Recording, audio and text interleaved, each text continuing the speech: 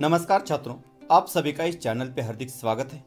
मैं हूं गंगाधर हंडे और आज हम इस वीडियो के माध्यम से सेतु अभ्यासक्रम का कक्षा 10वीं का अंतिम दिन मतलब 44वें दिन का अध्ययन इस वीडियो के माध्यम से करने वाले हैं। इसके साथ साथ आगे चलकर हम कक्षा 10वीं के लिए महत्वपूर्ण कृति पत्रिका का अध्ययन उत्तरों के साथ करने वाले हैं। इसके साथ साथ व्याकरण एवं स्वाध्याय पर आधारित अलग अलग वीडियो हम बनाने वाले हैं। इसीलिए जो छात्र इस चैनल पे है वह चैनल से जुड़े रहिए और जो छात्र चैनल पे नए हैं वह चैनल को सब्सक्राइब कीजिए ताकि 10वीं कक्षा में हिंदी एवं इतिहास विषय में अच्छे अंक प्राप्त करने के लिए अलग अलग वीडियो हम प्रसारित करने वाले हैं। तो आज के दिन के लिए सत्र है श्रवण, वाचन एवं भाषण।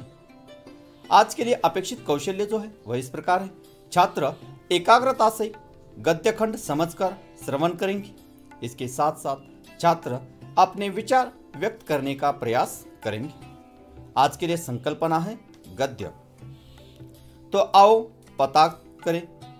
अध्यापक शिष्टाचार पर छात्रों से कूट चर्चा करेंगे। इसके साथ साथ विद्यार्थी अपने मित्रों के साथ कैसे व्यवहार करते हैं बताने के लिए कहेंगे। तो आज के लिए जो परिच्छेद है वह सबसे हम पहले देखेंगे। जब 3 दिन की अनथक खोज के बाद बाबू राम गोपाल एक नौकर ढूंढ कर लाए तो उनकी क्रुद्ध श्रीमती और भी बिगड़ उठी। पलंग पर बैठे बैठे उन्होंने नौकर को सिर से पांव तक देखा और देखते ही मुंह फेर लिया। यह बनमानस कहां से पकड़ लाए हो? इसे मैं काम लूंगी या इसे लोगों से छिपाते फिरूंगी? इसका उत्तर बाबू राम गोपाल ने दिया। जानती हो तलब क्या होगी? केवल 12 रुपये। सस्ता नौकर तुम्हें आजकल कहाँ मिलेगा?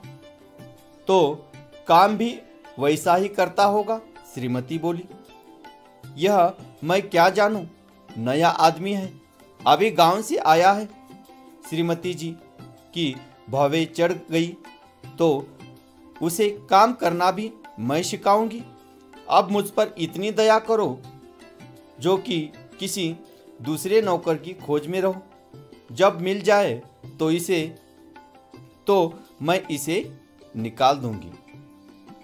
तो ये जो गद्यखंड है, अध्यापक छात्रों से अलग अलग प्रश्न पूछकर उपर्युक्त गद्यखंड का आकलन करवाएंगे।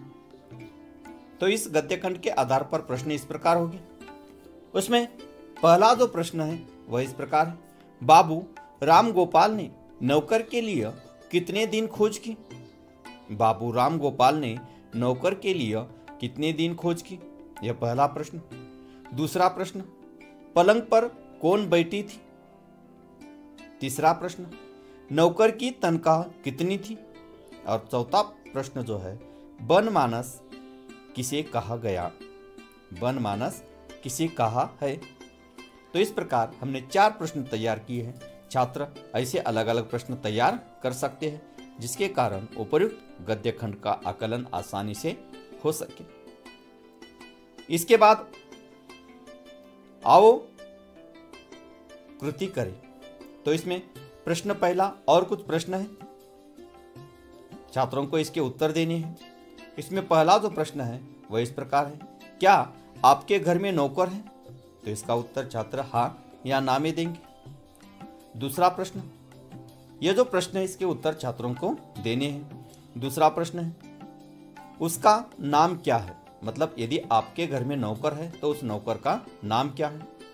तीसरा काम, कौन कौन से काम करता है? तीसरा प्रश्न, कौन कौन से काम करता है? वह जो नौकर है वह नौकर कौन कौन से काम करता है ये आपको लिखना है। और चौथा जो प्रश्न है वह, आप उसे किस नाम से पुकारते हो? तो ये 4 प्रश्नों का उत्तर छात्रों को देना है। इसके बाद नौकर और मालिक के बीच अर्थपूर्ण व्यवहार होना चाहिए, इस पर छात्रों को सोमत लिखना है। तो सोमत इस प्रकार होगा, नौकर और मालिक के बीच विश्वास का व्यवहार होना चाहिए। मालिक को नौकर का मन जानकर उसके साथ सीधा व्यवहार करना चाहिए। उसे उसके काम के हिसाब से तनख्वाह देनी चाहिए, क्योंकि उसकी परिस्थिति का फायदा मालिक को नहीं उठाना चाहिए। इसके बाद आओ सक्षम बने। तो परिचय कुछ इस प्रकार है। पंक्तिबद्ध और एकजुट रहने के कारण दांत बहुत दुस्साहसी हो गए थे। एक दिन वे गर्व में चूर होकर जीवा से बोले, हम 32 घनिष्ठ मित्र हैं, एक से एक मजबूत है, तू ठहरी अकेली, चाहे तो तुझे बाहर ही न निकलने दे। जीवा ने पहली बार ऐसा कुलुषित विचार सुना था। वह हंसकर बोली, ऊपर से एकदम सफेद और स्वच्छ हो, पर मन से बड़े कपटी हो। ऊपर से स्वच्छ और अंदर से काले घोषित करने वाली जीभ। वाचालता छोड़, अपनी औकात में रहो, हम तुम्हें चबा सकते हैं। यह मत भूल कि तू हमारी कृपा पर ही राज कर रही है। दांतों ने किटकिटाकर कहा। जीभ ने नम्रता बनाई रखी, किंतु उत्तर दिया, दूसरों को चबा जाने की ललक रखने वाले बहुत जल्दी टूटते भी हैं। सामने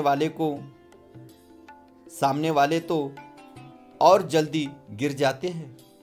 तुम लोग अवसरवादी हो। मनुष्य का साथ तभी तक देते हो जब तक वह जवान रहता है।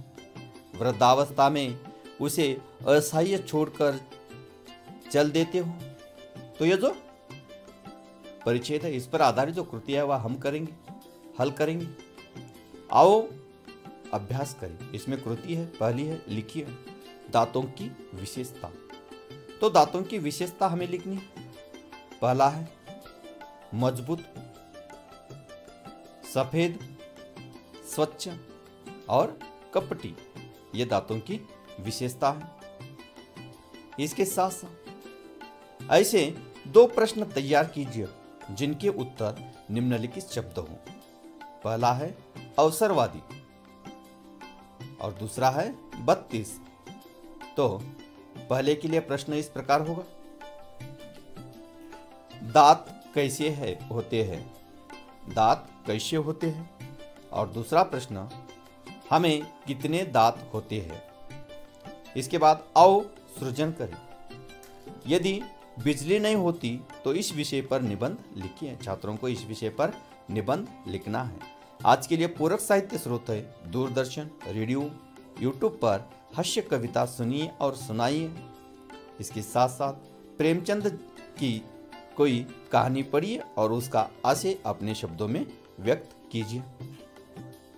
तो इस प्रकार आज हमने इस वीडियो के माध्यम से सेतु अभ्यासक्रम का कक्षा 10वीं हिंदी विषय का 44वें दिन का अध्ययन किया है। आगे चलकर हम कृति पत्रिका एवं स्वाध्याय का अध्ययन करने वाले, व्याकरण पर आधारित नए नए वीडियो बनाने वाले हैं। तो चैनल को सब्सक्राइब करना ना भूलिए। धन्यवाद।